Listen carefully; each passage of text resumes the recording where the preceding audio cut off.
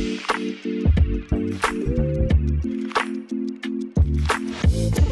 is the Bacon Butty. We are back in Brasco land. It feels strange to be doing one of these. It's on the cusp of a League Cup game. It was my regular show last year, and we're back in the hot seat with Keifer MacDonald this time to look ahead to tonight, to discuss the Reds being a pile of shite, rhyming accidentally, but I'm being honest with you at the moment, because it was bad at the weekend, Keifer. Like I did LFC TV in the aftermath of it as well, and I was just really sad, to be honest. Like I think the United game I was really angry. And then after Brentford, I was really sad, and I've probably not had that feeling following Liverpool in ages, like that sort of flip from anger into sadness. I've had games that Liverpool have lost under Jurgen Klopp where I've been angry, but it's not necessarily flipped into sadness. I think probably the last time I felt the way I do now was during that sort of COVID spell, and obviously, you know, being within the midst of lockdowns and things at the time didn't help that sort of mood. At least we've got, some semblance of good weather today to lean back on, but otherwise, like, the Reds are, it's fair to say, making me a little bit miserable at the moment. It can't go on like this, can it? It can't. Hope it can't. I mean, I was at Brentford. Don't listen to Mick McCarthy. I was at Brentford on Saturday, and I kind of felt the same as you. I think, the game in midweek, Eintracht Frankfurt, that came at a good time for Liverpool. It was a good result. There was loads to take from there. I did the pre-match show as well last week, and you were pointing at the likes of Wirtz and Ekitike. These players are coming into form. It felt like a really good moment for Liverpool, but I don't think anyone was like disillusioned with the fact that Brentford was going to be a walk in the park, and I don't think people thought that the Liverpool season had just flipped on its head like that. You can lose games of football, and that's what Liverpool have ultimately done. But you can lose to teams like Man United as much as we hate to say it, and we think we're miles ahead of them. And for how bad they've been over the last 12 months, those big games you can lose them, and that's what happens. But I think the game on Saturday was really disappointing, just because I kind of came out the ground and just almost felt like it was expected.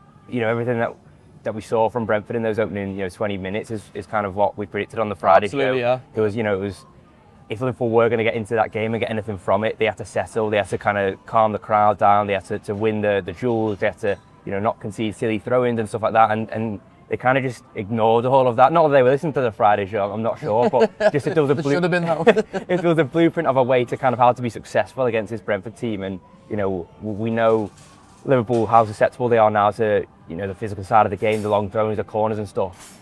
It was just so disappointing from that sense. And as I say, I think coming out of the ground, I just looked at it and it just felt like there was no structure. I didn't really know, there was no pattern to play. That almost felt like there was nothing you could hit, hang your hat on and be like, oh, we can build on this. There wasn't, okay, apart from Curtis Jones and Dominic Szoboszlai, who've kind of been a bit of a shining light in this period of darkness for Liverpool.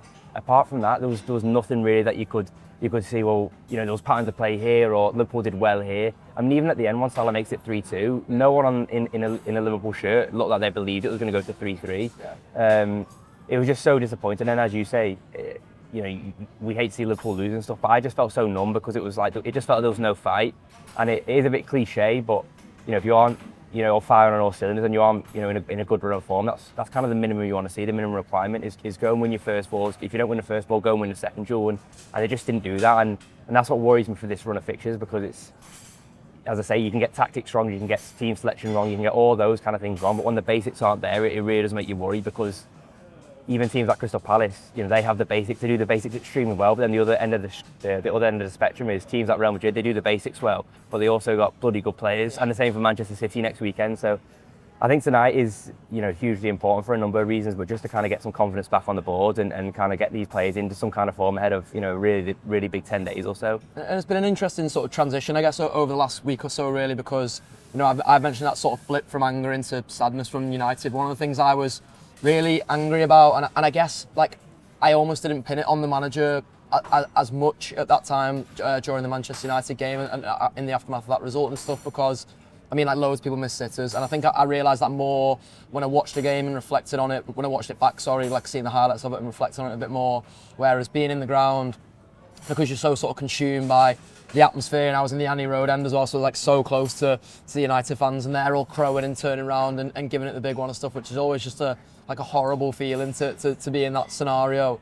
But I almost didn't blame the manager, because I was like, actually, he's quite unlucky, because he can put the wrong or the right players on the pitch, but if the wrong or the right players are all missing from 2 yards out, then it's hard lines ultimately. And you go from being I can forgive the hard lines, into Frankfurt, like you say, where you see so much more that's reassuring, and it feels like the manager basically just played all the lads who are in form, and listen, he gets two injuries that come away from that game in Jeremy Frimpong and Alexander Isak, and that they do feel like blows in the sense that suddenly you've got less to fall back on for Brentford, where you basically have to keep Conor Bradley at right back for the whole game unless you do the Dominic Szoboszlai thing, and I think everyone's head is a bit burnt out with the Dominic Szoboszlai at right back thing now.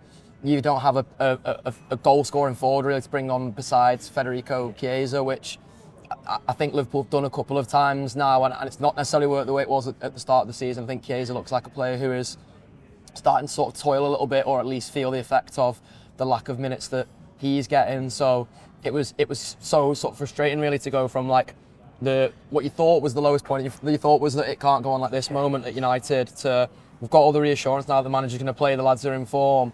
And then suddenly again against Brentford, it's Kerkez at left back again. And like, I don't want to make Kerkez the scapegoat of anything. I thought he was really, really poor first half until he scored his goal, and his goal sort of papered over the cracks of what was for me a pretty terrible all-round performance. Like really low on confidence, doing loads of mad shit. But I think the madness of him masked over how absent Mo Salah was again, unfortunately. And again, it's an area where I feel a little bit for the manager, because I don't know what else you'd have done besides start Salah. Like, I don't think you start Chiesa in that game.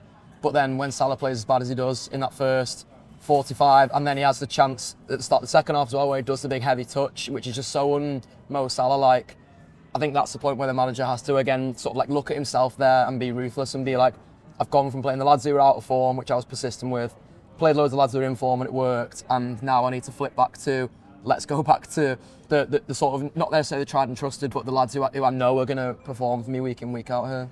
Yeah, absolutely. I was kind of thinking about this the other day when I kind of been watching some of the game back on Saturday, and the team selection is a really interesting point, because last season Liverpool was so good, and they made a canter of the league in the first half of the season, and that was largely with the same 11. We know that he didn't like his rotation, and ultimately that's kind of what killed Liverpool in the second half of the season. I know the league was already done, and some of those results, you talk about games at Fulham and Chelsea and Brighton, they didn't really count because the league was wrapped up. But it would have been interesting if Liverpool had got through in the Champions League to see kind of where their level was at as they retained that. And funny enough, actually, I read a piece that Beth Lindop did for ESPN yesterday, and she said that Slot has named the same 11 last season 8 times.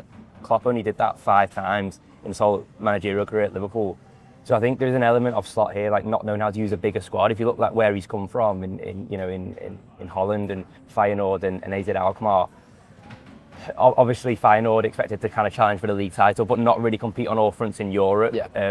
You're not expected to compete on 4 fronts like you are in the Premier League. I think they only have one domestic cup as well. The fixture list won't be as brutal as it is in England, because with all due respect to Holland, you'll kind of have your top 3 teams, and then you kind of, I think Slot said that before, that in England everyone can beat everyone, but in Holland it's kind of like you're looking at the big 3, and then after that it's kind of like you expect it to clean up. So I'd expect over there that Slot would be happy with a small squad, because you don't get the burnout, you don't need to change personnel, you can kind of you can bank on the same group of 11 to 14 players, and we saw that last season. And as I say, because Liverpool made light work of the league, you didn't need to do that rotation. If the league was going all the way to the wire like it had done, in previous years, if you're talking, 92, 93 points, and you're playing all the way up until May, it would have been really interesting to see what that squad was capable of. And I think almost this season he's fallen into that kind of same trap of just using the same core group of players. And then in the last couple of weeks, because players have been so badly out of form, he's almost like scrambling with them. So, Curtis Jones is a good example. He kind of come on at the start of the season, he played quite well against Arsenal. He obviously started the game against Newcastle, I think, as well. But he hadn't really played loads of football. Yeah. Then he's kind of thrust in over the last couple of weeks. It looks like he picked up a bit of an injury on Saturday night. Yeah. Then all of a sudden now, because he's your shining light and he's not available, it's like, oh my God. Like, it becomes really difficult, because he's one of the only few players who are in form. I think Chiesa is a really good example. It felt like, his season was going through kind of an upwards curve, and it was like, yes, this is a Chiesa, we expected Liverpool to sign, and we know what he's capable of. He's maybe a flash of that player we saw at Euro 2020. But as you say, because he kind of didn't capitalise on him when he was hot, it feels like that hot streak's kind of now tailed off a bit. And it's kind of become a point of, instead of introducing him when Liverpool are winning and playing well, and it's maybe a nice time to get him up to speed again, you've almost thrown him into the fire, and that's kind of eliminated his momentum. And now you're looking at him thinking, well, a player who came on and gets the goal contribution against United, he scored a few goals early this season. Now he hasn't got that anymore. It feels like he's kind of played himself out of form.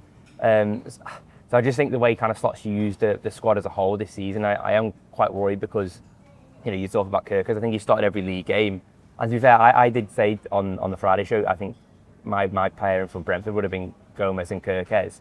Obviously, he doesn't do that. He goes Bradley and Kirkes, but you can't tell me at times there wasn't, this season in any of the league games, Robertson should have been playing some of those. And it almost feels like now you can't play Kirkes tonight because this would have been an ideal game for Kirkes, really. If you'd not played him on Saturday, you can kind of play him back into form under a home crowd. It's in a cup competition, it'll be a rotated Palace team maybe, it'd be an easier task than kind of what he's faced in the last couple of weeks. But now it's almost like, well, he's so out of form, you can't play him, but then you also need to look ahead and you think, well, Robertson's going to be the number one in the short term, so you almost can't play him, so it's like, who do you play? I think Salah's the big one as well. I don't know if that's,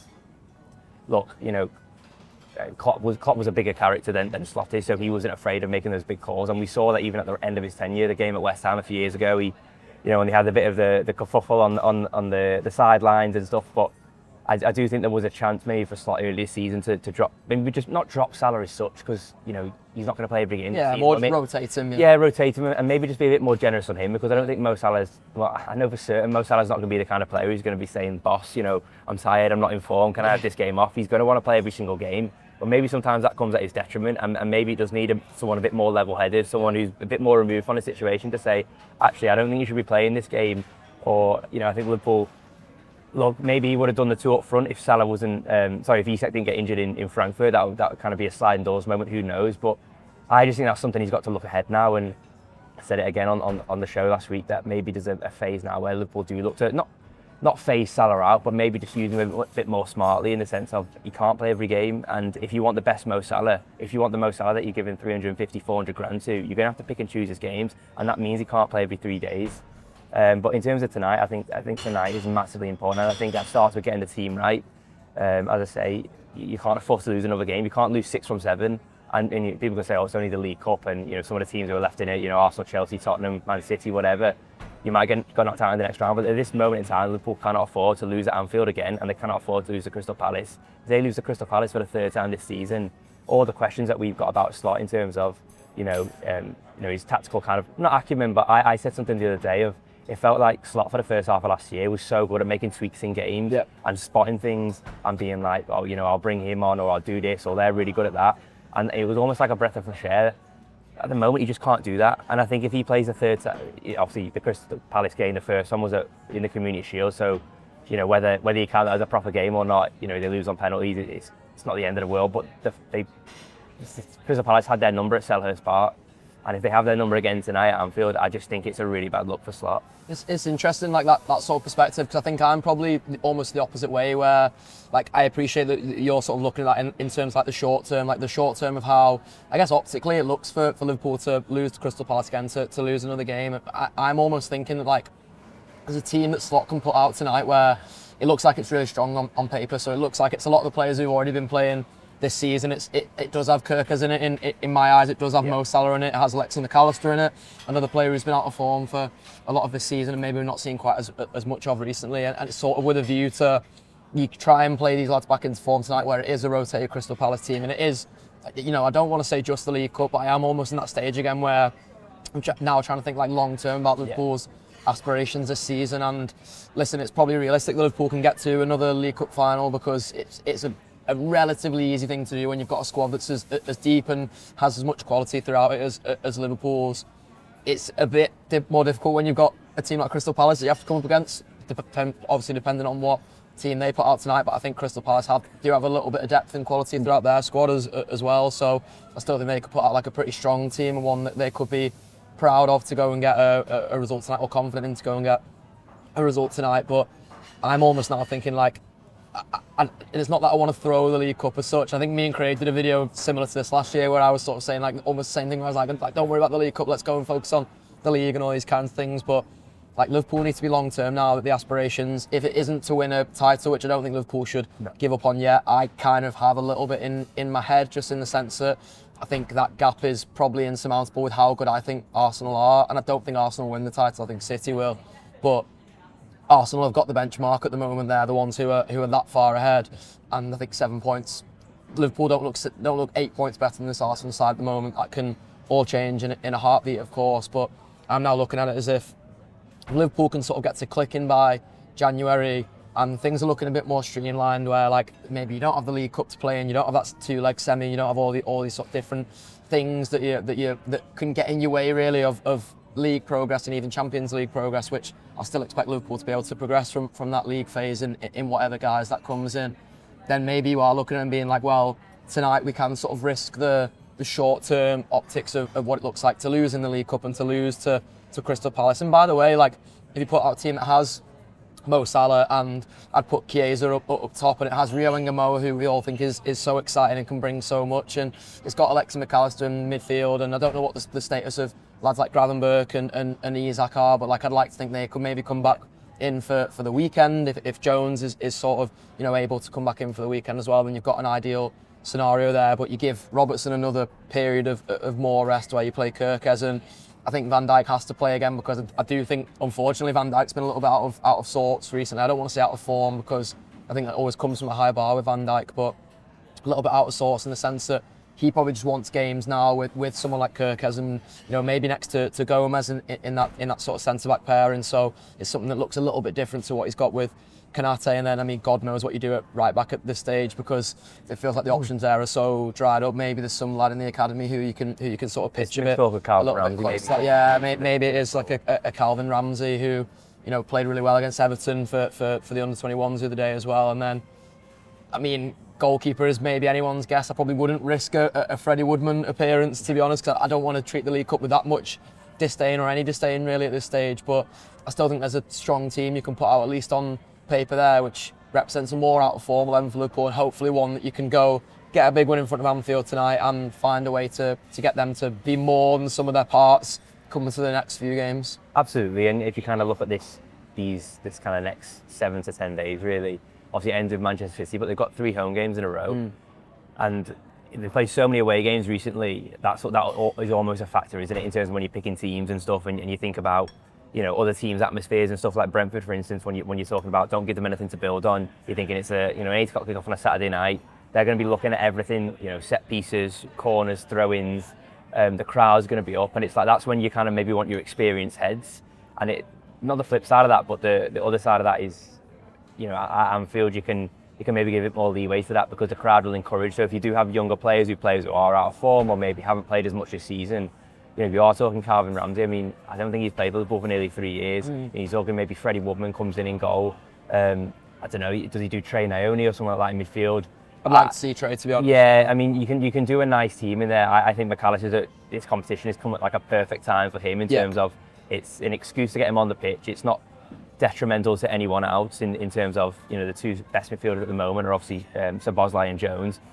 It gives McAllister a chance to kind of build his fitness and go through a bit of not a mini pre-season, but kind of get himself back to a benchmark where he can come on and affect and contribute to games for Liverpool. So maybe you're looking at McAllister, Endo, Trey Naoni, or McAllister, Gravenberch and Trey Naoni. Any of those are nice, and for young lads, playing at Anfield in a cup, you hope it be an atmosphere that encourages, and it gives them something to build on. And as I say, the crowds against, on Saturday night at Anfield, if I'm Villa, I'm looking at that and thinking, God, what you'd do for that to be at Villa Park, because then you'd feel like Liverpool having whatever happens tonight, but if they've lost 5 games in kind of a month stretch, it's like they're coming to Villa Park on a Saturday night. But the fact is that Anfield is like, you can use tonight as the first kind of building block for that, then you've got Saturday night, and then it kind of, hopefully by Tuesday you've played yourself into a bit of form, and then it comes the biggest test in Real Madrid. But yeah, I just don't know really kind of how tonight really can go. I mean, there's no good way for Liverpool to lose. Especially when you talk about some of the names and stuff. Chiesa, Salah, Rio and Gamoa, that's a strong front line. Then as with the midfield, and then we've said the defence, there's not going to be too much change. I just think Liverpool, I actually look at it and I think it'd almost be great if Liverpool could win this game and actually say, actually, we don't want to go into the next round, because it's just come at such a bad time. But I think obviously the next round comes between Spurs and Brighton in the league, and then I think if you get to the semis, it's Salah will probably be at AFCON at that point, so your squad that's already stretched is going to be further stretched. So it doesn't feel like this season really plays for Liverpool to go on a bit of a run in the league for, and as I say, especially with some of the teams that are in and around the competition. But I just don't see how I think there's no rational way for Liverpool to lose, and I just don't think it'll be well received. And look, Liverpool should never be planning to lose. I know that's not what you're saying. People are saying, just go out tonight. But Liverpool should never be planning to lose football games. But I just think tonight could maybe be key to the next week. I think if you're going into that Villa game, there's every chance that, it's not be toxic, but if you've not won again, and it's like you're almost playing catch up with yourself, then the crowd all of a sudden go from a place of encouragement to being on your back. If Villa go 1-0 up early, and maybe I'm clutching at straws here, but there's little things that can just turn it really sour really quickly, and then it goes into a huge week. So look, Crystal Palace have other things on their mind as well. They're in the Conference League now, aren't they? They lost last week, so it's not going to be as plain sailing in the League Cup as it might have been. You look at the FA Cup last year as well. It feels like those competitions are geared for teams like your Crystal Palace and stuff to kind of have a really good go. They're spinning multiple plates, so maybe we'll see rotation from them. As you say, they've got good depth, they've got good players. So I don't think they'll be going as strong as maybe we saw at Selhurst Park. But what we know is they can cause Liverpool problems, and Liverpool have had problems against teams who play three at the back before. It's been quite notable, hasn't it, in recent months, and especially under Slot as well. So I think there's it's a potential banana skin tonight, but you just got to hope those players who he is playing, your McAllisters, your Salahs, your Chiesas. There was an interview Chiesa did with the Telegraph, and he's talking about being one of the most experienced players on the pitch. And really good interview, that. And that's what you want to see. You want to see players like him, really kind of use this opportunity to kind of stand up and be counted for, and almost make it so, once Slot's looking at that team on Saturday night, he's got no reason not to leave you out again. Well, he's earned his place, and that might not happen, but if Liverpool then need a goal against Villa, Chiesa's coming on half an hour earlier than expected. But yeah, it's a difficult one for Slot to navigate tonight, really. Yeah, difficult one and lots to ponder. Liverpool players are all saying the right things whenever they're interviewed. We'd like to see them start doing the right things on the pitch. Hopefully that starts with Crystal Palace tonight and then steams into Villa at the weekend. And then we've got the small matter of number 12 coming back to Anfield next Tuesday. So that's going to be a particularly interesting one. Who lies ahead for Liverpool? Who knows? Let's see.